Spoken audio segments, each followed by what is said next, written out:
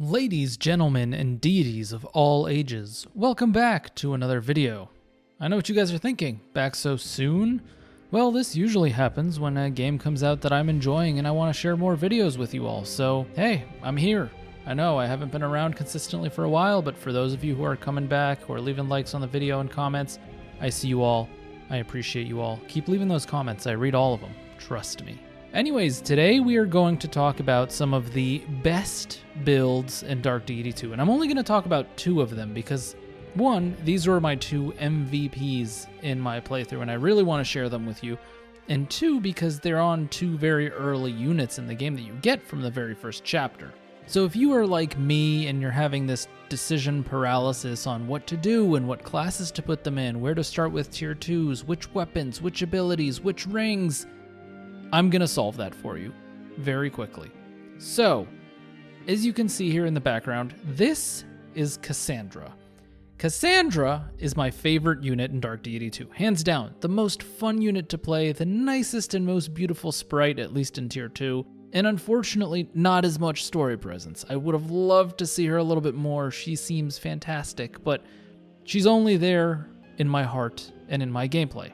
So let's talk about the Link King 7 Cassandra, this absolute monster of an MVP that started out strong in like chapter 3 or 4 and did not stop all the way into the endgame. Literally the most consistent unit I've had. It does not take any amount of intelligence to learn how to play this unit. It is brain dead, it is easy, and it requires only a couple of tools. So, as you can see, there are going to be spoilers in this video for tier 2 and tier 3 classes, and maybe a couple of gameplay map spoilers as I showcase things in the background, but it's not going to be anything crazy, no major story stuff, just some animations and classes and skills and abilities. Okay? So with that out of the way, here we go. So Cassandra starts out in a generic class, and then you have the ability to promote into one of 4 tier 2 classes: Juggernaut, Waveseer, Elementalist, or Ritualist.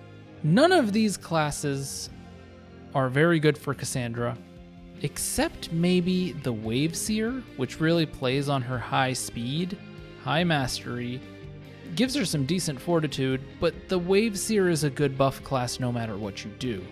But if you want raw power, like unfiltered, unadulterated power, you go Ritualist.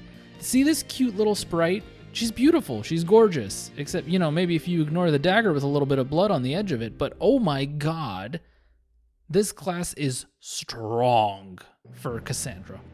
And I know what you might be thinking, Link, those growths don't look crazy impressive. There's nothing above 50 except maybe the HP. Like, how is this the strongest unit in the game? Well, I'll tell you. Let's go back to this page. And it all starts with a skill called Dark Penchant, which is her unique skill. Restore 10 mana when an enemy within 2 tiles is defeated. If you turn her into a killing machine, she will never run out of mana. And this is going to be important, okay? One step at a time. So let's go back to the classes. So she is going to go into the Ritualist class, and she's going to have pretty decent growths. I mean, if half of her level ups are going into Might and Speed, and you're going to get to what level I'm at, 44 by the end game? That's about 22, 23 levels in both, adding on to her bases and whatever bonuses she's going to get on promotion. She will get into the 30s. She will get into the 30s. Mine is 29 and 30, and I got strength and speed screwed. Might and speed screwed, sorry. She will get up there.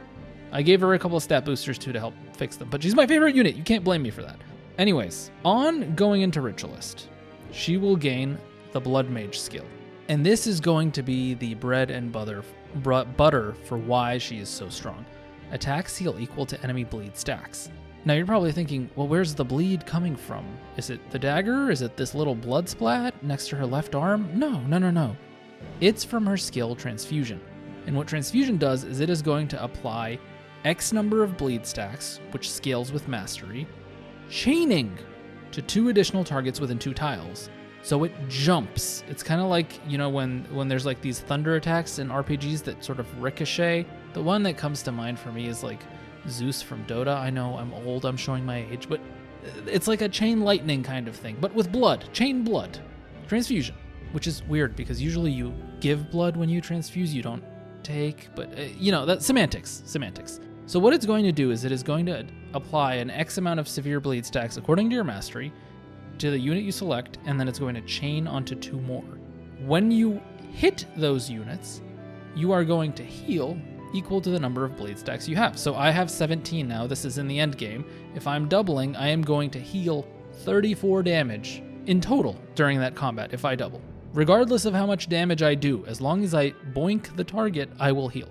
The second skill, Hex, is really not that important. I don't think I use this a single time, except maybe in misclicks during the game. So all you're going to do is Blood Mage, Transfuse, and then you can enemy phase, because if she gets hit for 30 damage and you heal back 34, well, guess what? We're net even. And in addition to that, when these enemies are hit back, even if they're left over with a little bit of HP, these 17 bleed stacks are going to do 17 damage after you're done doubling. So it's a little bit of an extra damage proc, so you are probably going to kill. Now, she's ready here. Like, she's good to go. You're done. You don't really need to do much. But if you want to go a step further, and you will, you'll promote into Hemomancer. And what this is going to give you is power and crit increased by 1 for every 5 missing HP. And it's very important to see, she actually has a fat HP pool. Her HP growth is 85% in Hemomancer, it's 80% Ritualist. This girl is gonna have bulk. She's gonna be thick with the HP. And she's not gonna have much defense and Fortitude because Hemomancer has 0% growths in both of them. These are her bases. So she will get hit, she will lose HP, and she will gain power and crit. So she's gonna hit hard, she's gonna crit hard, and she's gonna do some damage. And this is just a bonus. After Ritualist, she's done. Hemomancer just increases her strength a little bit. The extra 2 abilities that you get, Soul Tear and Simulacrum, honestly, again, I didn't use these at all, because my tactic with Cassandra was I would just toss her into the middle of a massive group, have her bleed them away. I would cast Transfusion in a way that would hit 3, and then I would attack a 4th one and take that one out, because we're 1-2 range here, and we're magical damage too, and most of the enemies are going to be physical in this game. So you are able to take out 1 enemy without retaliation and have 3 others that are bleeding that you will recover off of an enemy phase for free. Those are basically 4 free kills, and you haven't started taking damage yet. And so that'll give you another maybe 2 or 3 rounds of combat, depending on how you use her. Now, she's not done here. Oh no, if you thought this was powerful already, it gets better. So what we're gonna do is we're gonna look at the abilities. Now let's ignore Healing Touch. I leveled it up just because I had the amount of stuff I could do, but let's look at Transfusion. So you can see I've maxed it here. And one of them is increased stacks by 3. So now Transfusion does 20 severe bleed stacks, chaining to 2 additional targets within 2 tiles. I calculated it up against the Mastery one. I think the flat stacks was better. I'm pretty sure. You can take my word for this one. I've done all of them. The mana cost and stacks reduced sucks. You should never do this, ever. You don't want less stacks, you want the more stacks. And then reducing the mana cost of the ability by 10, this is a no-brainer. You should just get this. 45 mana versus 55, it's free, it's extras. So instead of doing it 2 times per map or 3 times per map, you'll do it 4, you'll do it 5.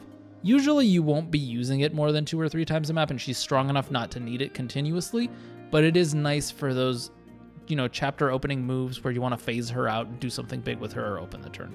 And again, look, you can see I didn't level up any of these skills. I think I did Simulacrum just for the heck of it to test it out once or twice, but I really never used Simulacrum, Healing Touch, Hex at all. It is mostly just Transfusion. You get her into the Ritualist class and she goes from there. And because of the way her base stats and growths are distributed, you can see they're pretty good. She will have enough speed to double. She will have the might to double. She has magic damage. Her luck is insanely high, so she's going to be critting all the time. Great unit. Her HP is good. She will survive. She is bulky. Now, we need to move on to the equipment portion of this video. You can see I have a dagger equipped, the Cincadilla. This I only got later on in the game. She actually gets a really good dagger earlier in the game. Let me see if I can find it. So it's this one, the Karambit of Death. And I think I removed a rune from it just because I was doing something else, but if I was going to pick, I would choose weight minus, or no, this one's 0 weight. Which one? Power plus 3, and then you can see she has the crit plus 15. And so that ends up being a 15 power, 15 crit, 80 accuracy weapon with 0 weight. So she's not getting weighed down at all. She's got a decent amount of crit and a decent amount of power, and you'll get this one early. This is an early dagger. It's very good. And then after that, you'll probably upgrade to the Deadly Syncodia of Shrinking, which is what I had now. It still has the same amount of power. It's got 20% more crit, a little bit less accuracy, and I reduced the weight back down to 0. This was my endgame dagger. By far and away, the best dagger in the game for Cassandra. You can see all these other ones that I have.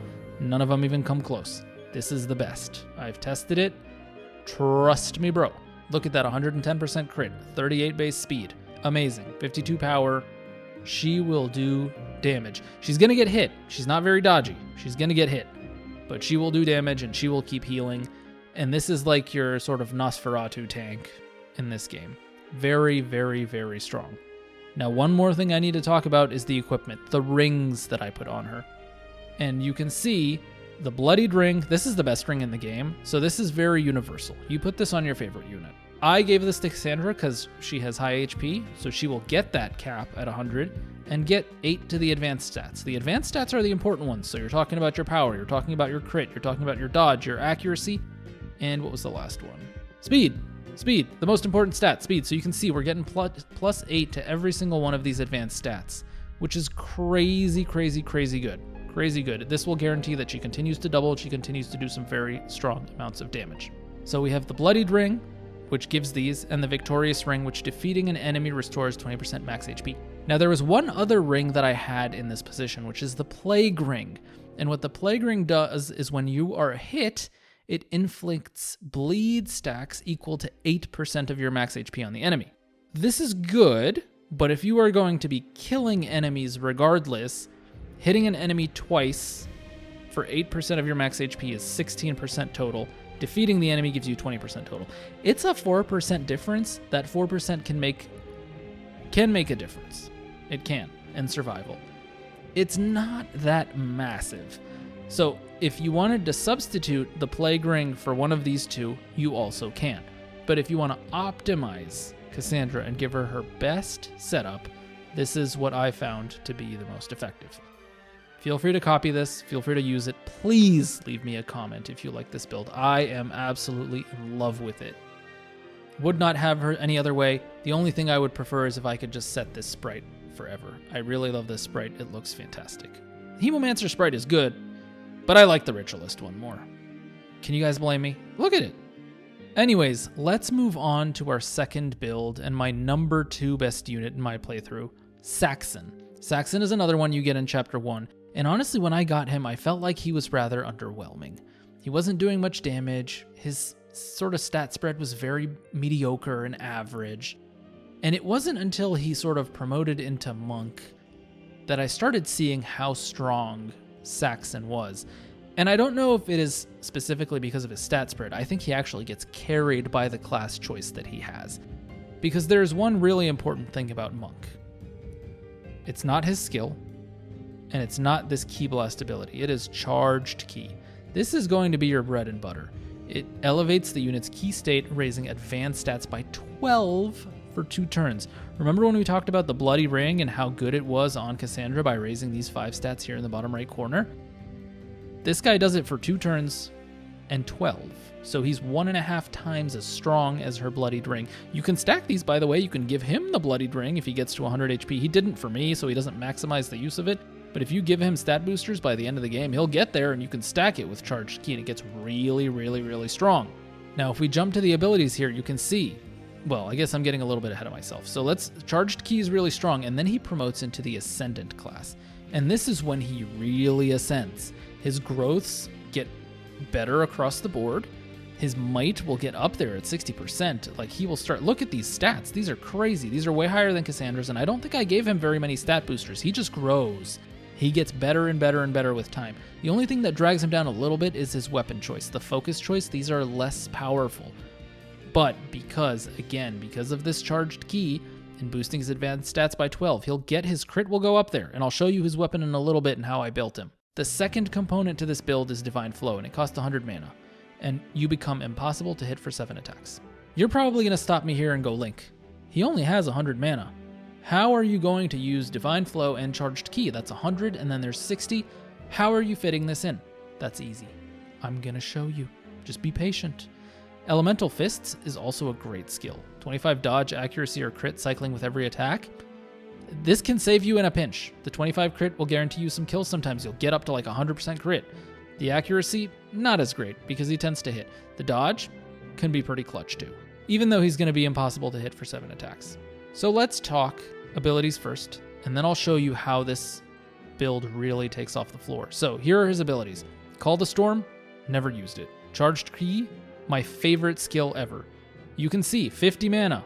I took the mana cost reduction immediately. This is the only one that really matters. The other 3 don't matter.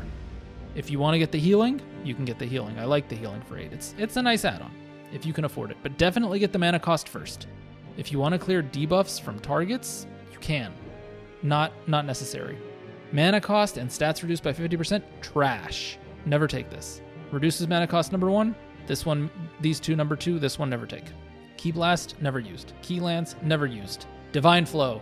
This is where it gets really good. I chose to take reducing the mana cost by 15 twice to get it down to 70.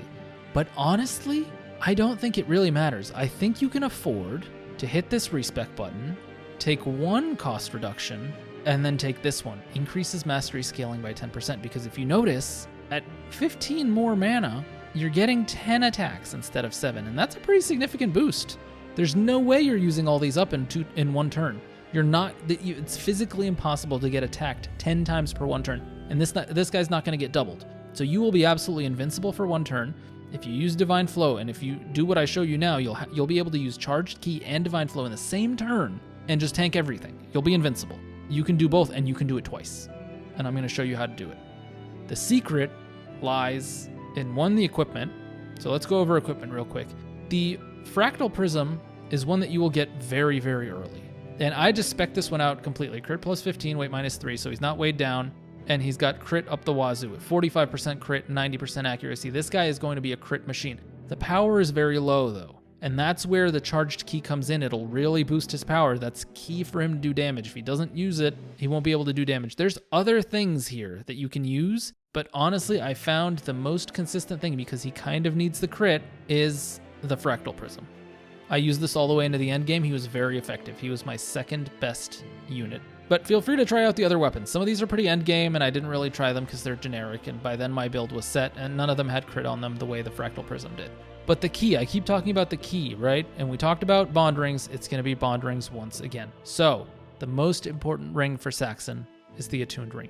It's actually a very cheap ring, and when you see it, you're probably going to be like, why the hell would I want to start with 250 mana and then no longer gain mana every turn? That's very easy, because once again, I love my turn 1 openings, and I love using mana in bulk. If he starts with 100, there's no way you're going to be able to pull off the Charged Key Divine Flow combo in 1 turn. That's 135 right there. 135. And if you want to do it twice, that's 270. So that's even more than the 250. But what complements that is the Astral Ring, and that's gain 5 mana after combat. This guy is going to be in combat so much, he will regen his mana just by being in combat. In the last third of the game, Saxon was just obliterating things by himself. What I was doing is I was doing Charged Key. He was getting danced or refreshed. He was getting phased in the middle of like a billion enemies. And then he was using Divine Flow and attacking someone. And I had no fear, because I knew he was going to be impossible to hit for 10 attacks. It's broken. Nothing can hit him. It's not that he's increasing his dodge. It's not that he's reducing his damage. He just cannot be hit. And then he's whacking back with advanced stats increased by 12 for 2 turns. It's nuts. It's nuts. And if by any miracle he gets hit those 10 times in a turn, he dodges all of them, you'll still have enough mana to use it again. And you'll probably have recharged enough mana to use Charged Key again. So he will refresh himself, because 10 combats, that's 50 more mana because of the Astral Ring. And that's enough to use Charged Key again. Do it another round, you'll have Divine Flow back. He will recharge his mana. And I guarantee you will not be using this more than twice per map. You won't. If you have other units, which I assume you do, you will not be using this more than twice per map. So that is my absolutely broken Saxon build. And he also heals himself with Storm Affinity. I forgot to even mention that, because he's just not getting hit, so you're never going to be healing. He is so good. And this build, just to be clear, is not limited only to Saxon. This can be done by pretty much anyone else who can go in this class. I think all of the other options are valid for this combo. Saxon is just the earliest one you have, and so if you haven't dropped him by the time you get the others, he's probably going to be the highest level and the most well-built. But if you like, if one of them is prettier than the others, hint hint, feel free to do this with them. I had considered using 4 Zen Ascendants, just going crazy. So yeah, that's it for my builds video. If I think of any more, I'll make another one, but these are the 2 that stood out to me, and this video is already long enough as is. I've been talking a lot. But yeah, feel free to let me know what you guys think in the comments. Let me know what builds you guys like, if you've tried any in the comments below. I know it's still early on in release, so I encourage you guys to try a bunch of different things. And yeah, that's all from me. Like, share, subscribe, support my YouTube vids, and I'll see you guys all in another video very soon. Peace.